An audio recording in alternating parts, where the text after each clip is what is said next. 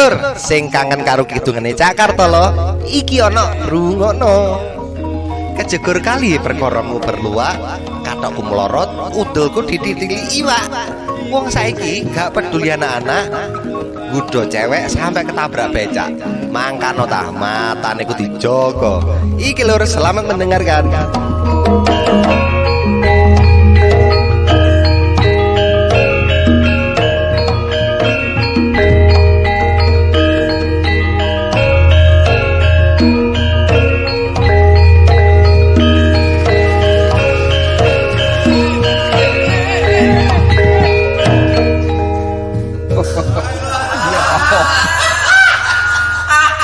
Saking enake kendangi sampai natap-natap.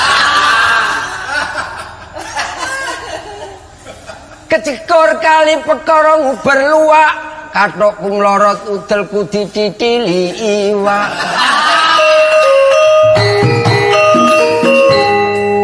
Wong saiki gak peduli anak-anak, nggodha cewek sampai ketabrak becak.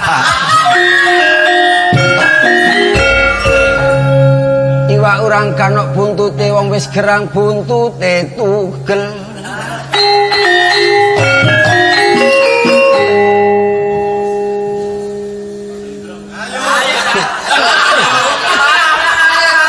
Tapi keruwis.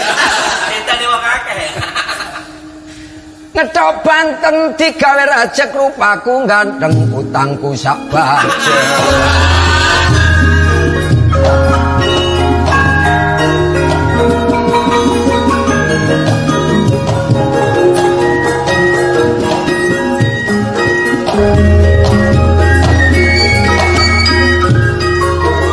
Indonesia uga disebut Dwipantara, artine pulo-pulo diantara dua abang.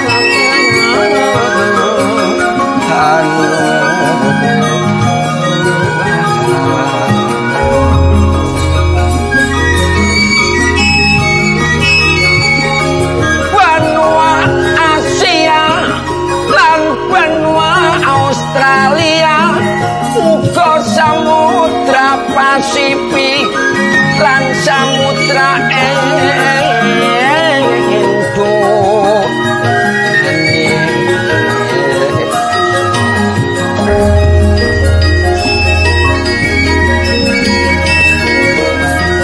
Indonesia terdiri saka suku-suku bangsa Aceh, Batak, Bumi, Minangkabau, Lampung lan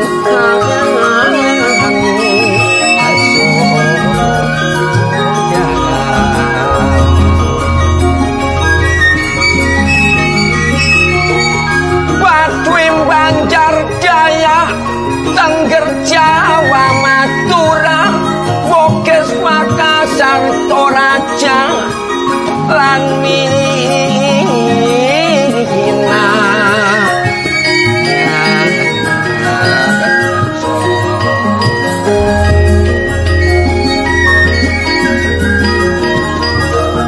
Gorontalo, Sasak, Sangir, Bali lan Sumbawa, Banjar, Ambon, Iran, Flores lan Timur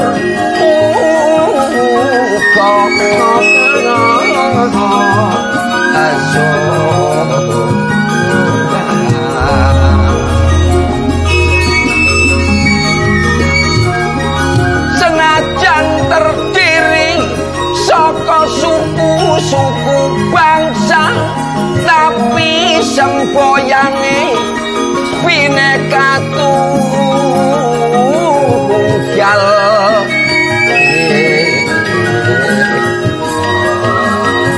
Tako Sabang Dulur sampai Merauke iku kabeh dudu wong seje, senajan seje suku lan agamane kabeh bersatu bangun negarane. Wong sing tak jaluk muga-muga tetap bersatu, ojo gampang tukaran padu nek ana isu-isu sing gak kena gak perlu dituku memperat persatuan lan kesatuan iku paling perlu nek kula niki cak dudu wong sembarangan sampe nek tak kancani yo mestine heran kula dadi seniman niki cuma sampingan jane kula niki kepala bang tapi bangunan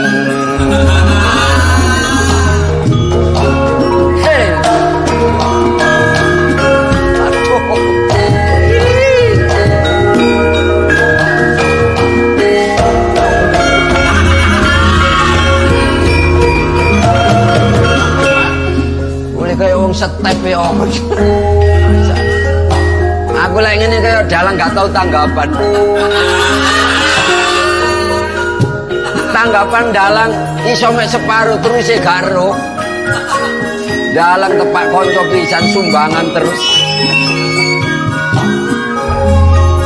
reni jajan berubi gak adek kula gak enak rasane cilik-cilik kesusu rapi bareng ditarik blonjo umat ayane aku biyen yo wis tau duwe pacar rupane ayu kira-kira bengi jam 2:30 tak cocok lawange aku dicukuki asu mula dikira nek aku maling aku diuber mlayu sifat kopeng aku nyelentong tok burine jejeng kiri tak sawat dadak kaing-kaing tak baleni tak cocok lawange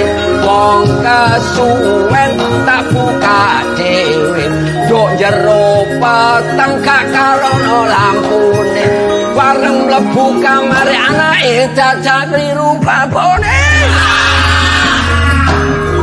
lawang sematan kituan kula sae lan wonten porongka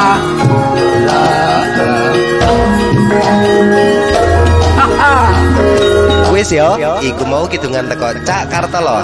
Terima kasih sudah mendengarkan. Sampai ketemu di kidungan berikutnya.